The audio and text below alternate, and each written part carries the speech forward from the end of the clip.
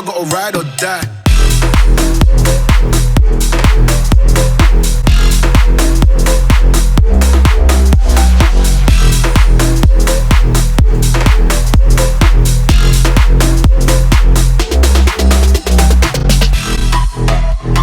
So guys, welcome back to the channel. Today you join me from the driver's seat of a 2006 Porsche Cayman S, the 987 variant Gen 1.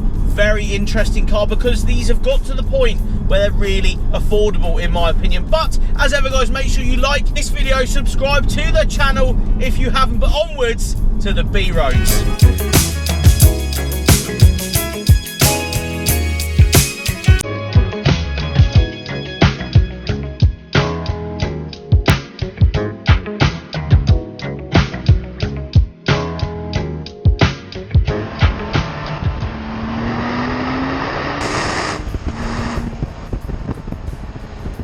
We're interrupting today's video to give a massive thank you to today's sponsor, Yes Auto. Yes Auto is the one-stop shop for buying any car, with an experience that's always easy and enjoyable. Navigating onto the website, you can select each brand that you want to look at, each model, and even down to colour variant. You can also select through the images, as well as looking at brand new cars in 360 degrees inside and out. I myself spend a lot of time just looking at cars for sale, so it's awesome to jump on the Yes Auto website to have a look at cars for sale. You can even do a smart search on new and used cars with an option to select cash price or monthly costs. Their aim is to make car buying easy and enjoyable. Yes Auto are the one-stop shop offering a simple, impartial way to configure and compare new and used cars from almost any manufacturer, with a whole load of clever tools and media content for total reassurance. Once again, a huge thank you to Yes Auto for sponsoring today's video. There is a link in the description to the Yes Auto website. Thank you so much again to Yes Auto for sponsoring today's video, but let's get back to the action. So this is the 987 variant of the Cayman, around £45,000 when they came out, but this car I'm driving today, you can pick up between £15,000 to £17,000. That is a bargain, probably the biggest bargain you could find in sporty cars like this at this present time. I am a huge Cayman fan, and in fact I'm going to tell you a little bit of a story because I tried to buy a 3.2S Cayman of the same Gen 1 variety prior to me buying my RS3 about 2 years ago now. I tried to actually get myself into a manual variant, which is exactly what I'm driving today, but I told myself I didn't want to drive one for the channel unless I was going to buy one, because I didn't want to come away from it knowing that I wasn't going to buy that car. Subsequently, of course, I went for my RS3 at the time, which in all fairness was a fantastic car, but this is a completely different kettle of fish. This car is just poised and B-roading at its finest. That 3.2 litre hanging at the middle-ish of this car, it's like sort of there, means that this car is just perfect through any B-road you seem to be putting it down. I've driven this for the past 45 minutes, say, trying to get some heat in the engine and the tyres and throw it round to my best ability. Again, this is someone else's car, and I must admit, nothing drives like a Cayman, and I'm going to say that now. 911s don't drive like this. Again, a 911 is a more expensive, and some say would be the level up from this car, but say you're spending under £20,000 on a 911, they're not going to drive as good as a Cayman does. The ownership side of these cars, well, I'm going to get into that pretty much straight away, because this is something that I actually tried to find myself. I tried to buy one of these, being able to buy, this one, say it's at 38,000 miles, which is again a very low mileage car for the year, a 2006. That means you're, say £16,000 for the car that I'm driving today. This one actually has an extensive Porsche service history, which again, I would say is the way to go. The power comes on unbelievably in this car. Very, very impressive. I drive a lot of cars down this same bit of road, and not once has a car in the last sort of year felt like this to drive down here. very poised. Can't believe how poised it is, really. I know Porsches are fantastic. They are very, very good cars. This one is incredibly well to drive. It's so nice to drive. And even going through dips and bumps and, you know, the casual B road of the UK, it's just sublime to drive this car. So yeah, ownership, if you were to go for, you know, a car that's got 80 to 100,000 miles on it, you are still looking upwards of around, you know, £12,000. You can buy a 2.7 variant. I've seen one literally this morning for £9,000. So they are out there if you do want a cheap one, but of course that will come with its own, not necessarily problems, but its own expenses.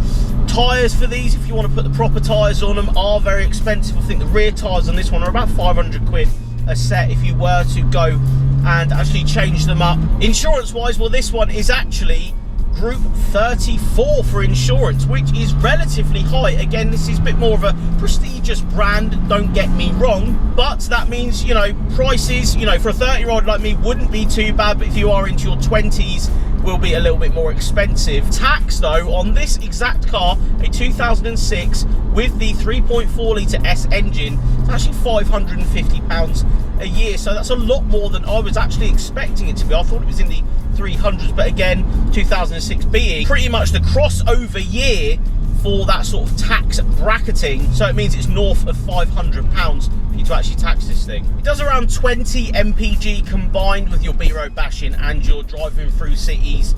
You obviously get better than that on a motorway, and it's around £60 to fill this up with super unleaded.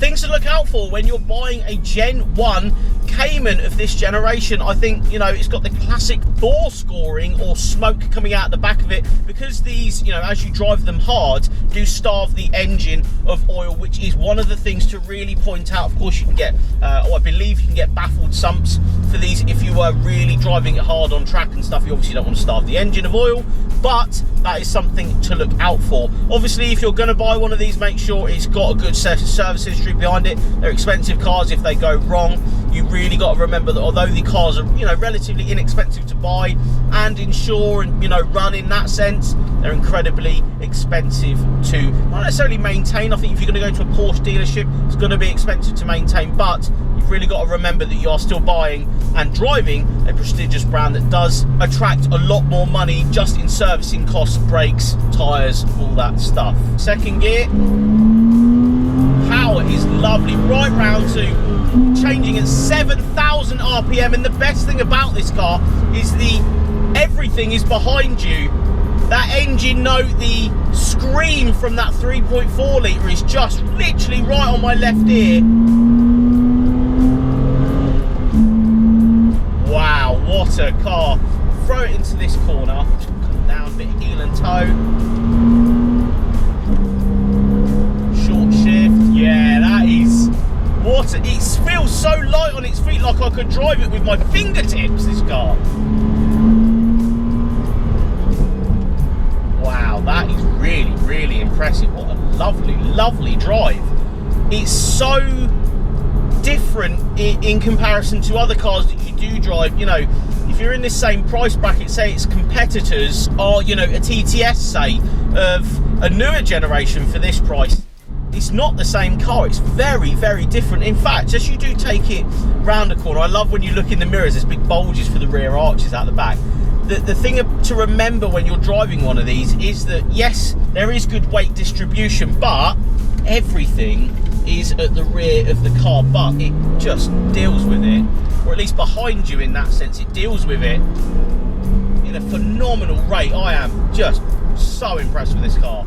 I'm going to say now, I really wanted to buy one of these. Yes, it was something that I really, really wanted, and I'm so glad I didn't drive one when I bought my RS3, because although that's a great car in its own right, this is probably one of the most ultimate car B-roader cars that you can buy for the money. I think not a lot of cars can really keep up, or at least, you know, give this sort of visceral sensation, just like one of these first gen Caymans are. When these came out, again, they were dulled down by Porsche, in my opinion, to not be as good as the 911, or if not as fast.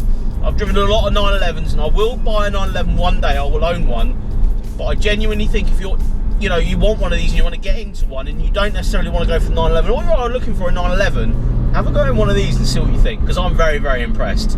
Anyway, guys, thank you so much for watching. If you did like this style of video, please give it a like. Subscribe to the channel if you haven't. I'll see you all on the next one.